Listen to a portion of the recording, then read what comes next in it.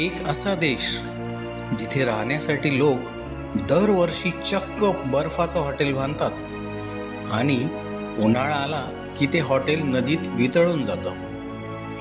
एक असा देश जो स्वतःचा कचरा संपवून आता इतर देशांकडून कचरा आयात करतोय आणि एक असा देश जिथे जगातील सर्वात मोठं मानवनिर्मित मॉडेल बनवलं गेलंय.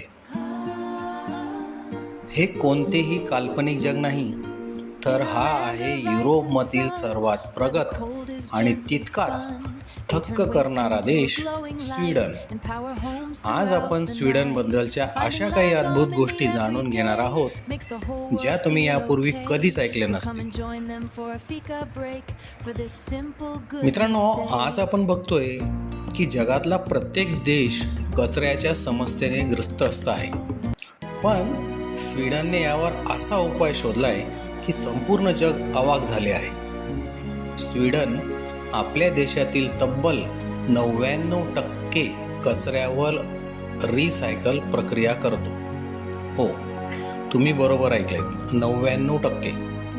तिथे कचऱ्यापासून वीज आणि घरांना उबदार ठेवणारी यंत्रणा चालवली जाते. आश्चर्याची गोष्ट म्हणजे आता तिथे रिसायकल करण्यासाठी कचराच उरलेला नाही. त्यामुळे स्वीडन आता शेजारील देशांकडून पैसे घेऊन त्यांचा कचरा स्वतःच्या देशात मागवतो आणि त्या कचऱ्याने तो पुन्हा वीज निर्माण करतो. विचार करा, कचरा आयात करणारा हा जगातील बहुधा एकमेव देश असेल. आता वळूयात स्वीडनच्या दुसऱ्या एका अद्भुत चमत्काराकडे. स्वीडनच्या जुक्का सर्जवी गावात जगातील पहिलं आणि सर्वात मोठं बर्फाचं हॉटेल आहे. दरवर्षी हिवाळ्यात आर्क्टिक महासागराच्या गोठलेल्या पाण्यापासून हे हॉटेल अगदी स्क्रॅचपासून बांधलं जातं.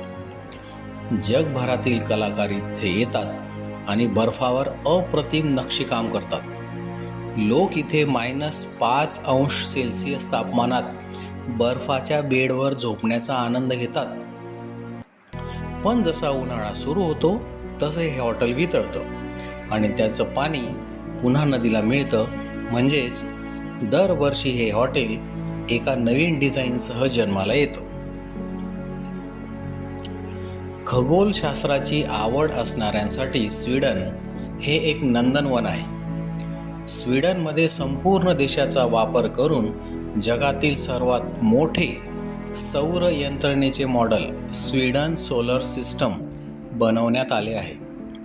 यात आपल्या सूर्याचे प्रतिनिधित्व करते स्टॉकहोममधील एव्हीची एरिना ही जगातील सर्वात मोठी गोलाकार इमारत. या सूर्यानंतर अंतराच्या अचूक प्रमाणानुसार बुध, शुक्र, पृथ्वी आणि मंगळ हे ग्रह स्वीडनच्या वेगवेगळ्या शहरांमध्ये वेगवेगळ्या मॉडेलच्या रूपात ठेवले आहेत. अगदी शेवटचा मानला जाणारा प्लुटो ग्रह स्टॉकहोमपासून चक्क 300 किलोमीटर दूर एका दुसऱ्या गावात स्थापित आहे. म्हणजे तुम्हाला संपूर्ण सौरमाला पाहायची असेल तर तुम्हाला संपूर्ण स्वीडन फिरावं लागेल. या थक्क करणाऱ्या गोष्टींशिवाय स्वीडनमध्ये आणखी एक खास गोष्ट आहे. तिथला अलेमान्सन रॅटन कायदा. हा कायदा देशातील प्रत्येक नागरिकाला आणि पर्यटकाला कोणत्याही खाजगी जंगलात किंवा जागेत मुक्तपणे फिरण्याचा, तंबू ठोकण्याचा अधिकार देतो. निसर्गावर सर्वांचा समान हक्क आहे या विचारांवर त्यांचा विश्वास आहे. स्वीडन जगाला हेच शिकवतो की विज्ञानाची आणि तंत्रज्ञानाची कितीही प्रगती झाली तरी निसर्गाशी नातं टिकवून ठेवणं आणि आयुष्यात लागोम म्हणजेच संतुलन राखणं हेच खऱ्या सुखी जीवनाचं रहस्य आहे. मग स्वीडनबद्दलची ही माहिती तुम्हाला कशी वाटली? कमेंट करून नक्की सांगा आणि अशाच नवनवीन व्हिडिओसाठी चॅनलला सबस्क्राईब करायला विसरू नका. धन्यवाद.